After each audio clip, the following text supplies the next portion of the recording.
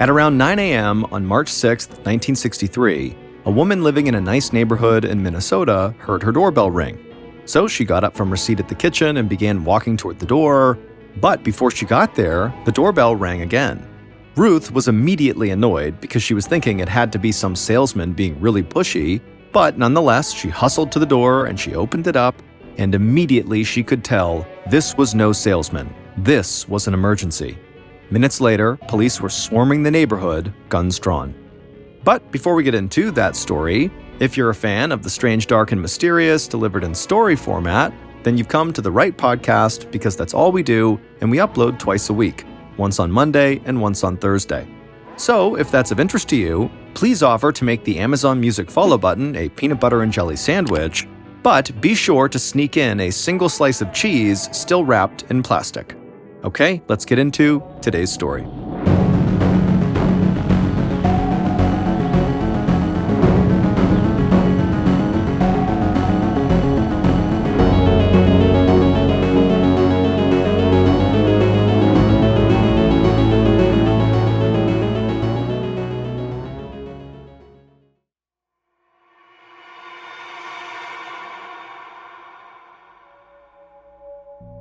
Early on the morning of March 6, 1963, 34-year-old Carol Thompson leaned toward the kitchen window of her big brick house on Hillcrest Avenue. In Minnesota, winters were long and cold, and Carol knew the snow she saw falling over the backyard wasn't heavy enough to mean that school would be canceled that day. But before Carol turned her attention back to the counter, where she was getting lunches packed for her 4 kids, she closed her eyes and thought about the trip she'd just taken a few months ago to the Minnesota Museum of American Art. The scene outside reminded her of one of the paintings she'd seen there, and a second later, all Carol wanted was to be back at that museum, not just looking at the painting, but also standing next to the man who had taken her there. Absent-mindedly, Carol began twisting the gold wedding band on her left ring finger. It wasn't her husband, Cotton Thompson, who she'd gone to the museum with. It was a man that Cotton had hired to do some work on the Thompson house more than a year ago. Carol and Cotton just called him by his nickname, Big Red. The tall, handsome, and red-haired door and window salesman had taken an immediate and obvious liking to Carol. And even after the work in the Thompson house was done, Big Red and Carol had kept in touch. Carol's husband, Cotton, who was a criminal defense attorney in downtown St. Paul, was so busy with his law practice that sometimes Carol felt forgotten, and so she had enjoyed Big Red's attention and harmless flirting. So, whenever Big Red was working in the Thompsons' upper-class neighborhood, with all the expensive Tudor-style homes with their gabled windows and exposed timber beams, Big Red would make a point to stop by the house to visit Carol. Big Red would go on strolls in the park with her, and even drove her and the 4 Thompson kids out to the family's summer home on Forest Lake, north of St. Paul. But those visits had stopped a few months ago after Cotton had become furious to find them talking and laughing together in the backyard one afternoon when he came home unexpectedly from work. Now, as Carol stood at the window, she looked down at her hands and saw what she was doing with her wedding band, and she gave herself a mental shake. It was true that Carol had been disappointed when Cotton had told Big Red to stay away from her, but as she reminded herself, Big Red had never posed any real threat to her marriage.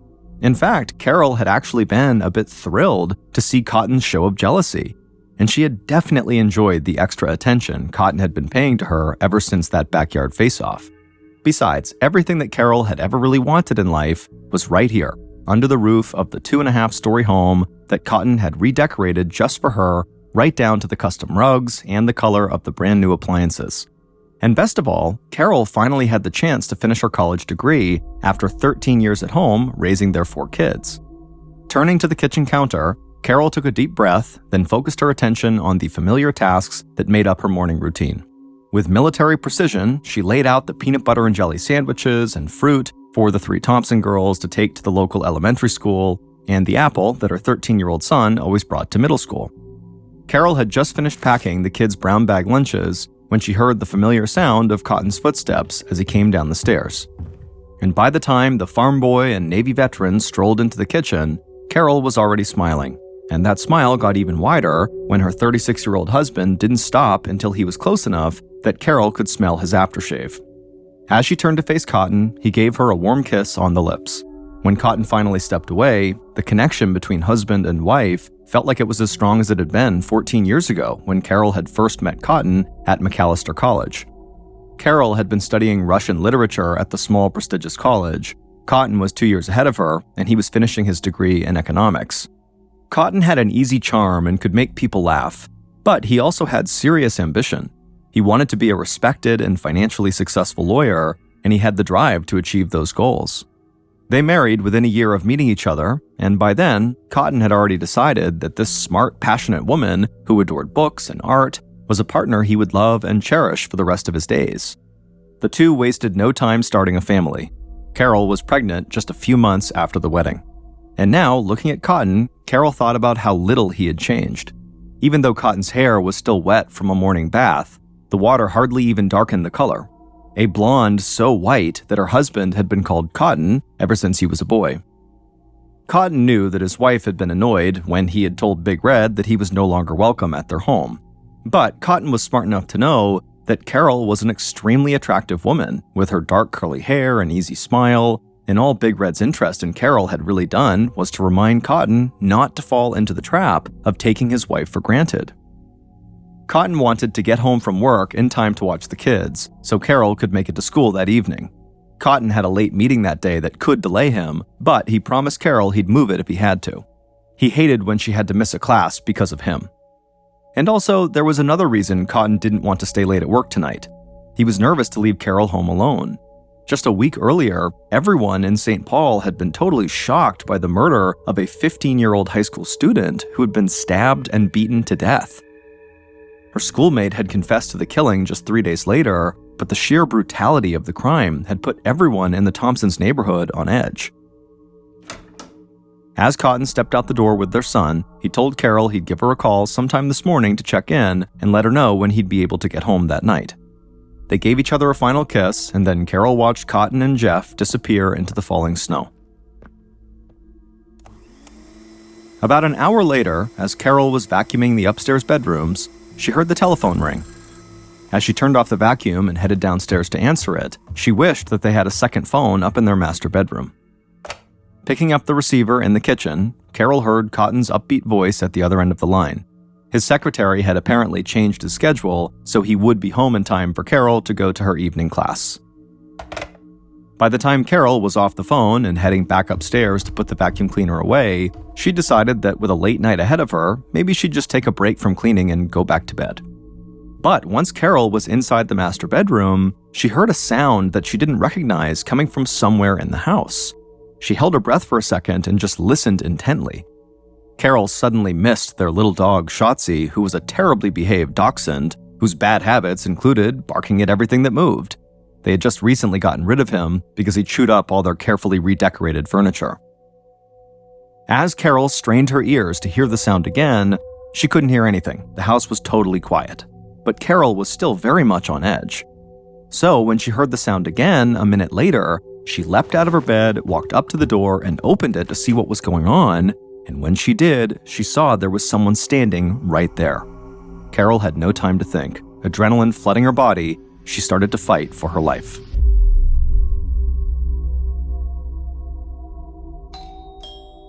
"10 minutes later, just after 9 a.m., 3 houses east of the Thompson house, the bell rang. Ruth Nelson left her breakfast nook to answer the door. But before she got there, the bell rang again. So Ruth hustled the last few steps and opened the door, expecting to chew out a salesman for being so pushy. But instead, she saw a woman standing there, barefoot and dressed only in a blood-soaked blue bathrobe. Blood was streaming from cuts on her scalp and face. It took Ruth a moment to recognize that this was her neighbor and friend, Carol Thompson. Carol, as she looked at Ruth, she grabbed at her throat, and Ruth noticed there was something metal protruding from it. And then, in a hoarse voice, barely above a whisper, Carol begged Ruth for help. Ruth and her husband quickly helped Carol into their home, and Ruth asked Carol over and over again, "Who did this to you?" And Carol just looked at her friend and forced out a few words. She said, quote, "A man came to my house." And then Carol collapsed on the rug.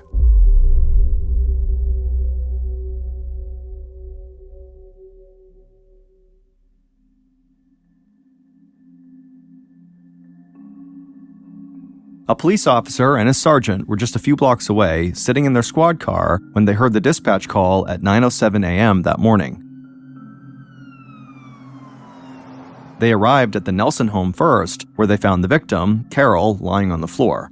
Her eyes were open, but she couldn't speak.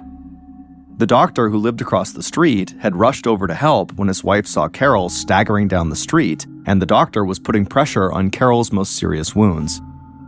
The police officers immediately called for help, and they would discover that the ambulance was actually already on its way.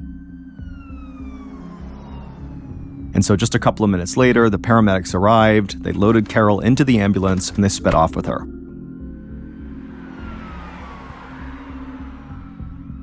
Meanwhile, Ruth's adult son, who was close to Cotton's age and had known him for years, volunteered to make the difficult call to Cotton's law office. He walked slowly to the phone, took a deep breath, and then dialed.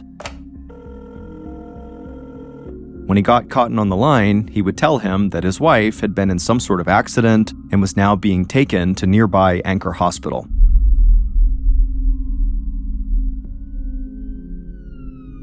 As the sirens of a half a dozen arriving police cars wailed, the two police officers who had responded first to the scene went 3 doors down to the Thompsons' house. The first thing they noticed were fresh footprints in the snow covering the brick walkway that ran from the front door to the sidewalk. Prints that could have belonged to a family member, or perhaps the assailant. The two policemen could also see that the front storm door was closed, but the inner door was open, indicating that the killer, or someone, had left in a hurry. They walked around the footprints, careful not to disturb them, as they peered inside the home.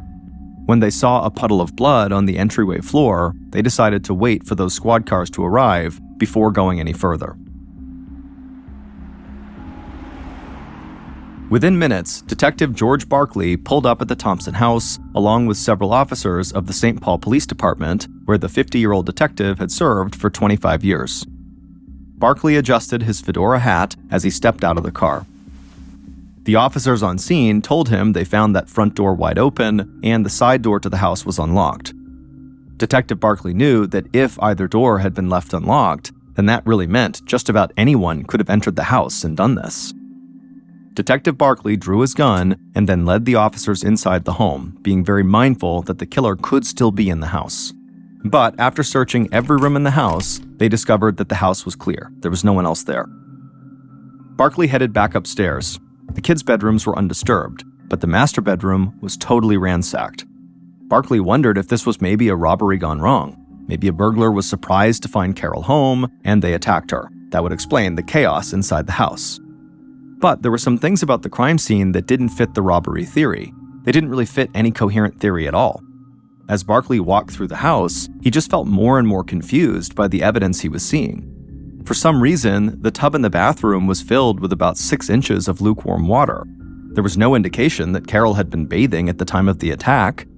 There were also smears of blood on the sink and floor, along with a 14-inch length of thick rubber hose. Clearly, the detective thought, the robber must have brought the hose, but for what reason, he didn't know.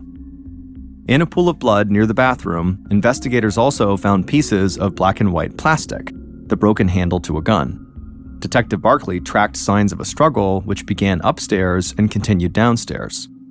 Carol's fight for her life appeared to have climaxed somewhere between the front entrance to the house and the kitchen. The kitchen was totally smeared with blood, a drawer had been yanked open, and several knives had been pulled out of a tray. The drawer and the linoleum floor were also spotted red. Barkley's men eventually found a pool of blood in the front entrance, and they also found 3 live bullets on the floor. If the robber had a gun, Barkley thought, why had they stabbed Carol so many times instead of just shooting her? And finally, there was the strange question of what, if anything, had actually been stolen. From what Barkley could tell, the house was trashed, but there were pieces of jewelry and other obviously expensive items laying around. At the front entrance, sitting in a pool of blood, they even found a small woman's ring with a cluster of stones in the shape of a heart. And so if this was a robbery, it had been a very unsuccessful one. As Detective Barkley and his team examined the inside of the house, other officers canvassed the neighborhood. For everyone else on the block, it had been a totally normal Wednesday morning, with people beginning their commutes to work and getting their kids off to school. But when police spoke to all the neighbors, nobody had seen anything out of the ordinary.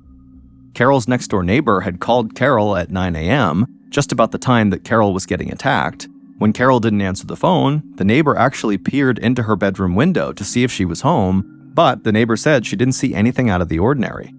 Whoever attacked Carol had clearly managed to do it without attracting any attention at all, which was hard to do in such a close-knit neighborhood.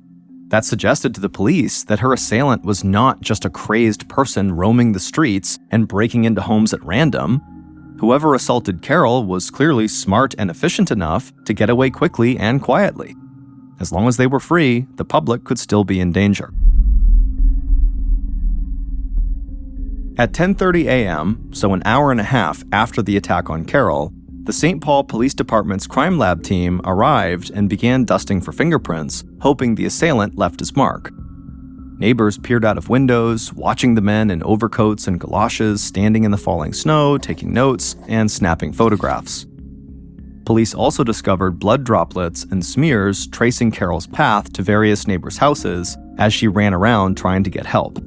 The criminologist followed Carol's footprints out the side door and around the back of her house to the house immediately to the east, and red smears indicated that Carol had rung the bell and pounded on the door and then gone to the next house over before she stumbled to Ruth's house at the corner.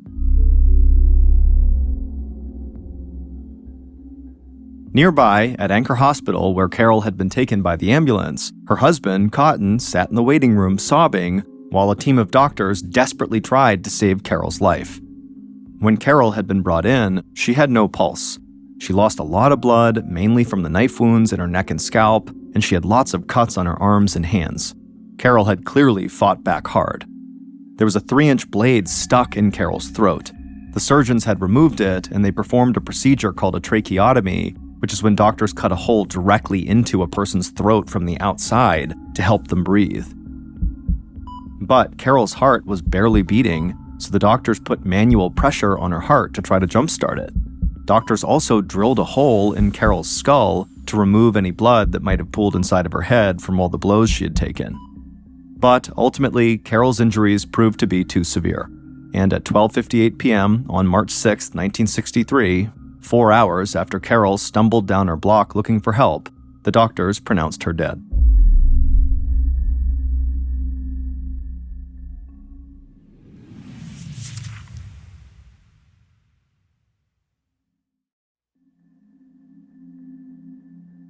The violent assault had now become a murder investigation for the St. Paul police, and homicides in this Midwestern city were very rare. St. Paul saw an average of just 6 a year. But one of those murders had just taken place 6 days before Carol's, the beating and stabbing of a 15-year-old schoolgirl, only 2 miles from the Thompsons' home. There were some similarities between the two deadly assaults, but Detective Barkley helped put that killer behind bars 3 days before Carol was killed. The schoolgirl killing resolved quickly, but it unsettled the residents of Carol's and Cotton's fashionable Highland Park neighborhood, where there had only been a couple of homicides since the end of World War II, 18 years before, and it put a lot of pressure on Detective Barkley to solve this case fast. At the hospital, Detective Barkley spoke to Carol's grief-stricken husband. Cotton would say that Carol had been in a good mood that morning when he left for work just after 8. He also mentioned calling Carol at 8:30 that morning to tell her he would be able to watch the kids that night so she'd be able to go to school. As a defense attorney, Cotton did understand that the husband would be the number one person of interest at the start of any murder investigation, and he was patient and polite with the barrage of questions from the police. He referred investigators to his secretary, who confirmed that Cotton was indeed at his office at the time of his wife's murder. Cotton would also suggest to Detective Barkley 2 possible theories for this crime. Cotton said that it was possible that one of his former clients might have come to rob him or hurt Carol, but he couldn't think of any actual ex-associates who were disgruntled with him. He offered the police access to his client history, but he said he really didn't think it would lead them to the killer. Then Cotton told the detective his second theory. This one, he said, made much more sense than an angry client. It involved a red-haired window and door salesman that he'd done business with a year earlier. Cotton told detectives that this salesman, named Big Red, developed a clear infatuation with his wife, and found every excuse to come to their house to see Carol. Cotton told police that he really didn't like the friendship, quote, that had developed between this man and his wife. Barkley asked Cotton if Carol could have been having an affair with Big Red. Cotton shook his head and said absolutely not. He had seen what was developing between Big Red and his wife, and he had stepped in to put a stop to it before it went any further. Cotton explained that a few months earlier, he had come home unexpectedly in the middle of the afternoon, and he had found Big Red in the backyard talking to his wife, and Cotton had watched them from inside the house, and Big Red had said something that made Carol laugh. Her eyes were sparkling, and then Big Red put a hand on Carol's waist, and at that point, Cotton said he burst out the side door and told Big Red to stay away from his wife and his kids, and they proceeded to get into this big shouting match. Cotton was ready to punch Big Red, but before any fists flew, Big Red ultimately stormed off, and as he left, Big Red vowed that this would not be the last time they saw him. The police would also speak to Carol and Cotton's neighbors on either side of their house to see if they knew anything about this relationship Carol had with Big Red. And the neighbors would say they saw Big Red around, spending time with Carol and the kids, and it just seemed like he was a friend of the family. The neighbors did say, though, that it seemed like Big Red was flirting with Carol, and none could blame him for liking their attractive neighbor. Beneath her horn-rimmed glasses, Carol had this winning smile and quick wit. I mean, she was amazing.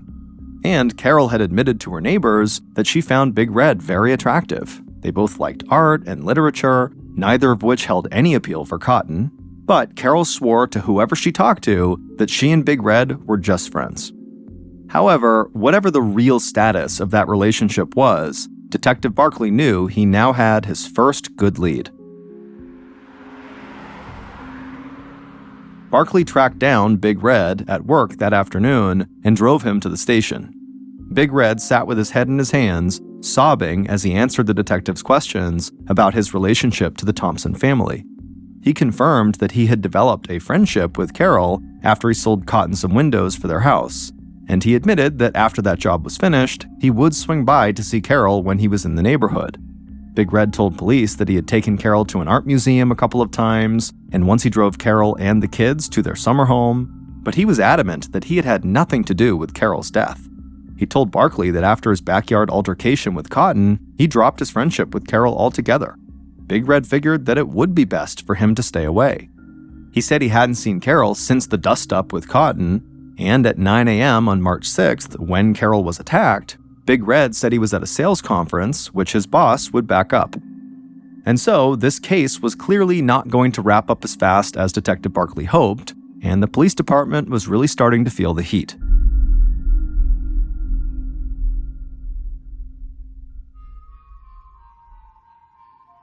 News of Carol's murder sent shockwaves through the Highland Park and larger Twin Cities communities.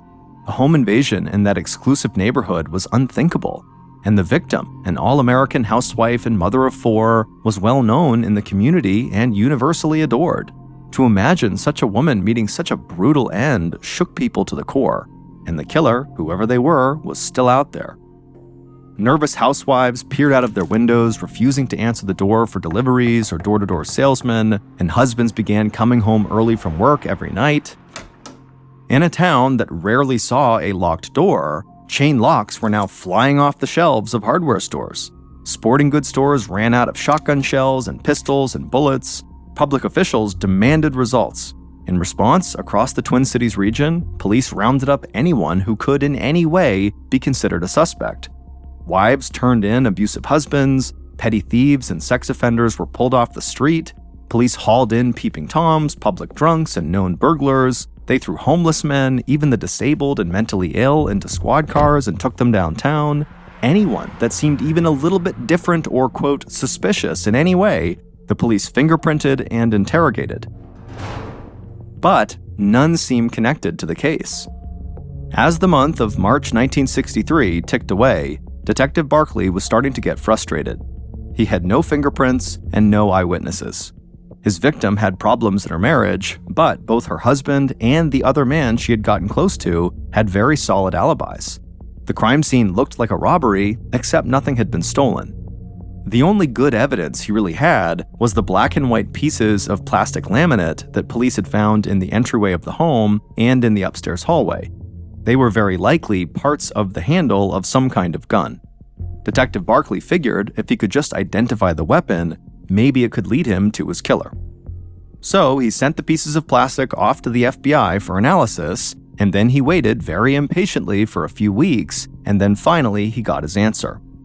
The plastic pieces were indeed from the grip of a gun.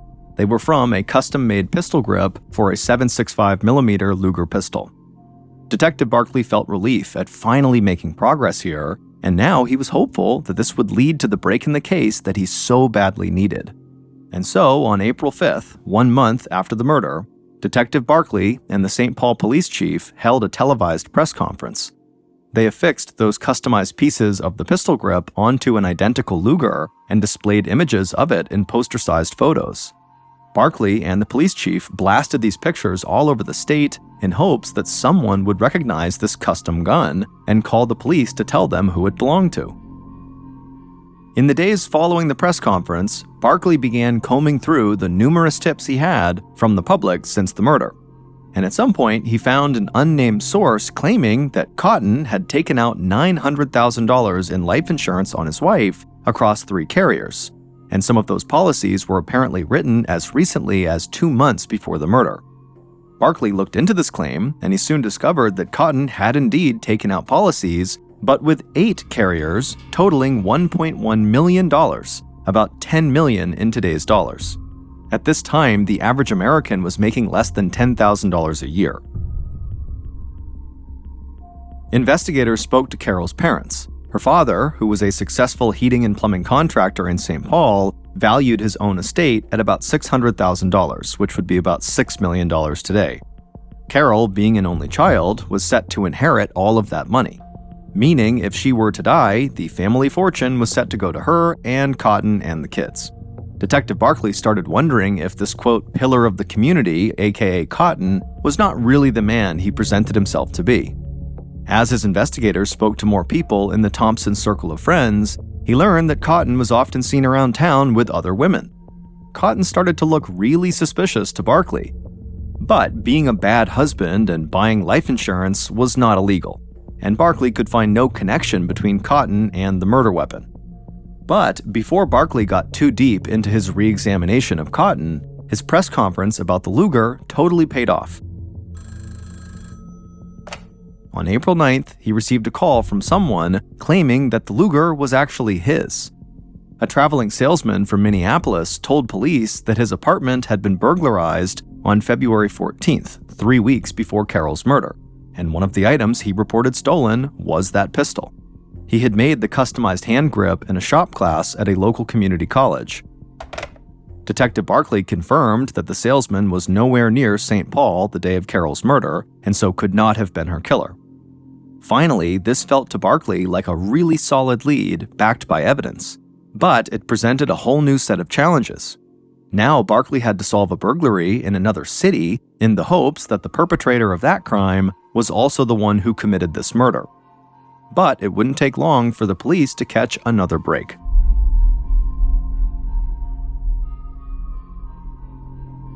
On April 17th, so 8 days after that salesman called to say that Luger was his, 2 masked men burst into a bar in St. Paul, they drew their guns, and demanded the bartender hand over the cash in his till.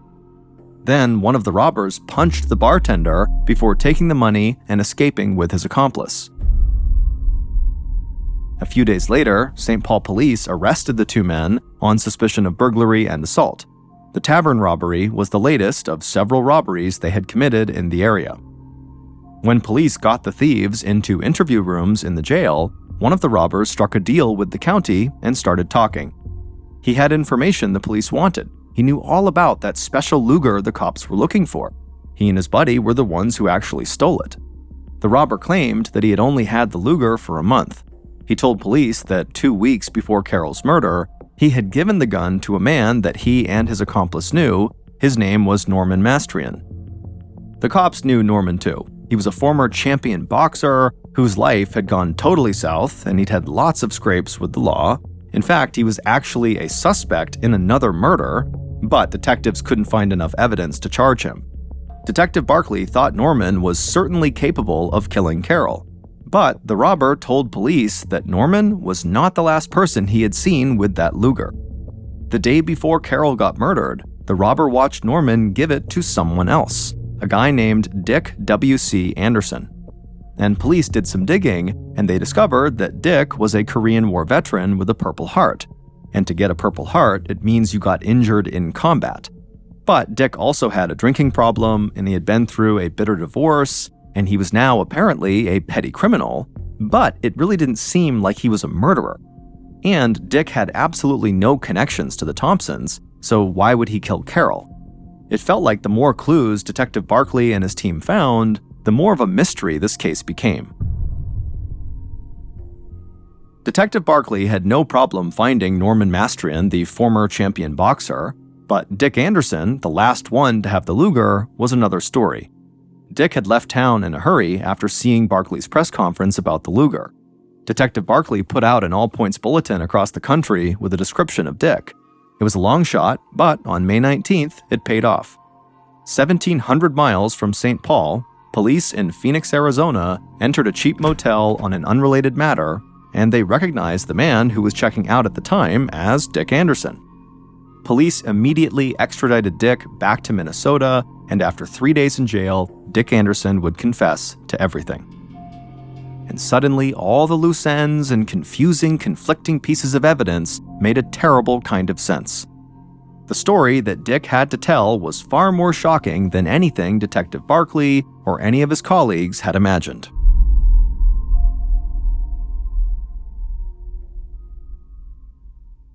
Here's what really happened on March 6, 1963, the day Carol Thompson was murdered.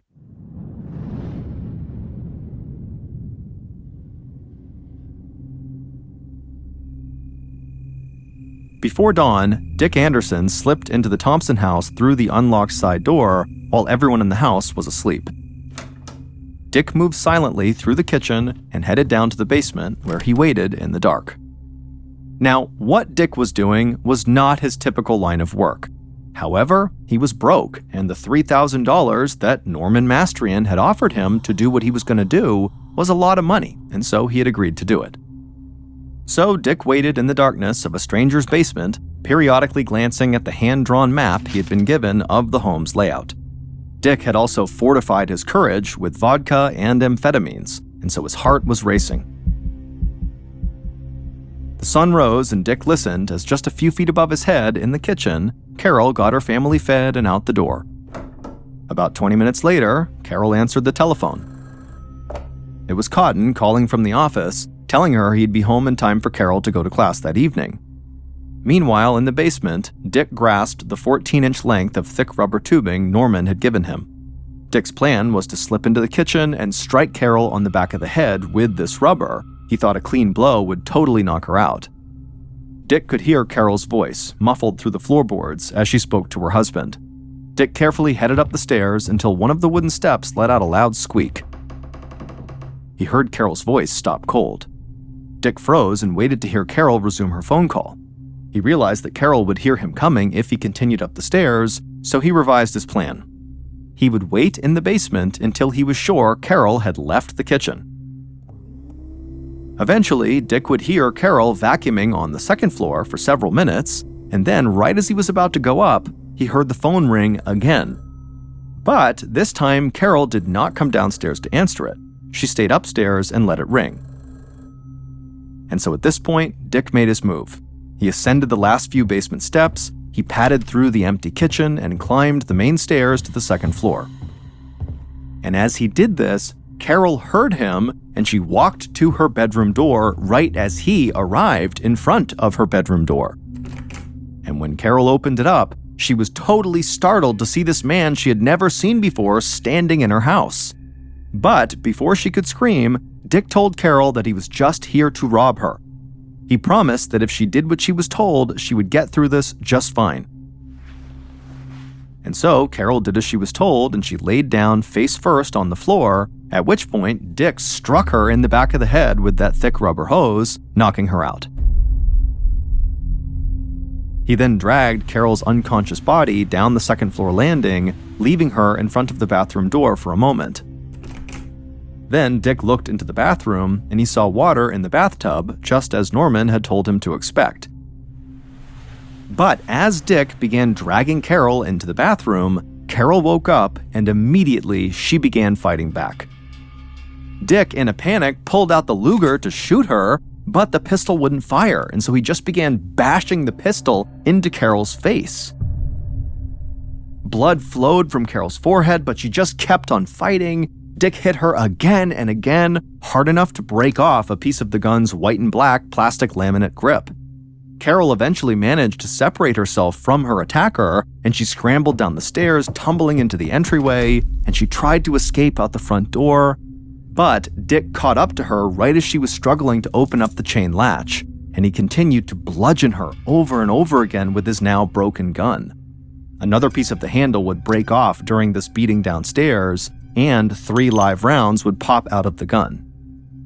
At this point, Dick was totally panicking, and he left Carol on the floor moaning in pain, and he ran into the kitchen. There, he rifled through a door and grabbed a 3-inch paring knife to finish Carol off. Dick descended on Carol in the hallway between the kitchen and front entrance and began stabbing her over and over. On the 50th blow, the knife got stuck in Carol's throat, and when Dick tried to pull it out again, the blade snapped off the handle. At this point, Carol finally stopped moving, and Dick climbed off her, marveling at her will to live. But now it was over, and Dick had things to do before getting out of there as fast as he could. Upstairs in the bathroom, Dick turned on the sink and washed the blood off his shaking hands. He then rushed into the neatly kept master bedroom, pulling out drawers, knocking things over to make it look like this was a robbery gone bad. As Dick bounded down the stairs, he didn't notice that Carol was no longer where he had left her, in the short hallway that led to the kitchen. Dick had no clue that as he was heading out the front door, Carol was stumbling down the block looking for help. Dick left the Highland Park neighborhood and connected with Norman. Nothing in their plan had gone as expected. What was supposed to be a bloodless killing had turned into a gory and violent mess. Together, they disposed of the gun in a swampland north of St. Paul, and then when Norman returned to his home, he picked up the phone to make the hardest call of all. At the other end of the line was the man who had plotted Carol's death from the start and actually put up the money to make it happen. This was the one person Carol had loved and trusted since she first met him 14 years ago at Macalester College. It was Carol's husband, Eugene Cotton Thompson, and he had been planning his wife's murder for almost 2 years. Cotton had been in an on-again, off-again affair for 3 years with a woman named Jackie Olson. He met Jackie when he represented her in a divorce. Cotton handled divorces as well as criminal cases. The attractive young mother didn't have the money to pay him, so Cotton got her a job as a stenographer so she could work it off. She'd go to, quote, business dinners with Cotton and out-of-town trips, while Carol stayed home with the kids. Cotton enjoyed his illicit romance, but Jackie wanted to build a life with him. When Cotton balked at leaving Carol and his kids, Jackie said fine, and she married another man. But when Jackie's new relationship hit the rocks fast, Cotton made another play for her. He promised Jackie that they wouldn't have to worry about Carol anymore, and they'd have plenty of money to live on for the rest of their lives. One of the clients that Cotton represented as a defense attorney was an old classmate from Macalester who had had several scrapes with the law, including being roped into an unrelated murder. This person was Norman Mastrian, and Norman didn't have to plan anything. Cotton had that all figured out. A month before the murder, Cotton got rid of the family dog who barked whenever anything came into the house. Cotton had removed the upstairs phone 2 days before the murder, telling Carol he would swap it out for a phone that fit the house's new color scheme. He planned to call Carol on the morning of the murder, which would ensure that she would go into the kitchen, where the only phone left in the house was located. It was here that Cotton planned for Norman to strike her with the rubber hose and knock her out, and then Norman was supposed to carry an unconscious Carol up the stairs to the bathroom where there would be water left in the tub. Cotton did not typically bathe before work, but on the day of the murder, he would. And he'd leave the stopper in the drain so Norman could fill Carol's lungs with the water. Cotton figured they could make it look like Carol slipped in the tub, hit her head, and then drowned in the bathwater. Knowing that the police would be looking at Cotton as their first suspect, he had had an airtight alibi. He'd be at work making phone calls with his secretary. Cotton planned to finger Big Red for the murder. But Cotton's plan unraveled in a few key places. First, Norman Mastrian, despite whatever crimes he had committed up to that point, he couldn't bring himself to actually kill a church-going mother of 4. So he had subcontracted out the actual killing and did not tell Cotton. Norman gave Dick Anderson the same marching orders Cotton had given him. But Dick wanted more than just a piece of rubber tubing with him when he entered the Thompson house, and so he asked Norman for a backup weapon in the form of a gun. Norman then turned to his 2 robber friends who gave him the customized Luger pistol they'd recently stolen when they burglarized an apartment, and Norman gave it to Dick. Cotton could never have anticipated that pieces of a gun he never planned on using during this attack would then lead police to the hitman, who would then confess everything he knew. Police arrested Cotton on June 20th, 1963, 2 months after Carol's murder. In November of 1963, just 8 months after the murder, a jury found Cotton Thompson guilty, and the judge sentenced him to life in prison. As for Norman Mastrian, the middleman for the hit, he was sentenced to 20 years in prison, all of which he served, and as for Dick Anderson, the man who actually killed Carol, he would spend almost 2 decades behind bars.